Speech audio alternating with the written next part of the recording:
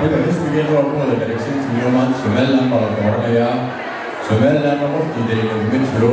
Xisbiga kulmiyeena wuxuu ku suntan yahay waa Somaliland.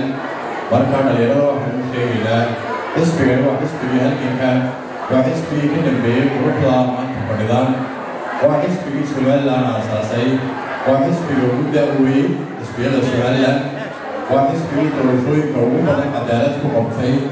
marka inaan dhalinyaro asaa ula socota oo taariikhda xisbigiina aa barataan taana waa idiin soo jeedinayaa. hadalka ugu dambeeya madalka kaga baxaya waxa weeye xisbigeena waa xisbi nabadgelyo. marka horumarka iyo nabadda waynu ka shaqaynaynaa. waqti xasaasiya la galay waa xilli doorashooyina. markaa nabadda ilaalinteeda qof walba u taala sideen nabadda u ilaalinahay. doorashooyinku way iska dhexdhex badan yihiin. marka aynu walaalahanayn tartamaynana tartan xor iyo xalaala ayaynu la tartamaynaa. sidaan horey ku sheegay xisbiga kulmiyena waa xisbi doorashooyinka waayaaragu ah.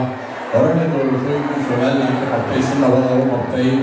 waxaan jeclahay in la doorasho oo nabada inuu qabtay xisbiga kulmiya oo cadaalad ah, wax rabshada iyo wax dhibaato ah ka dhicin. maantana kiibaan ka rajaynaynaa in Somaliland ay u qabtaan. ninkii shalay duurka u galay Somaliland inuu xoreeyo maanta laga fili maayo inuu burburiyo. marka waxa weeye madaxweynaheena qaranka jamhuuriyadda Somaliland soo mar kale diyaar u yihiin inaynu dooranno. saasaynu isku ogaanay yaro, saasaan inoo barannaa.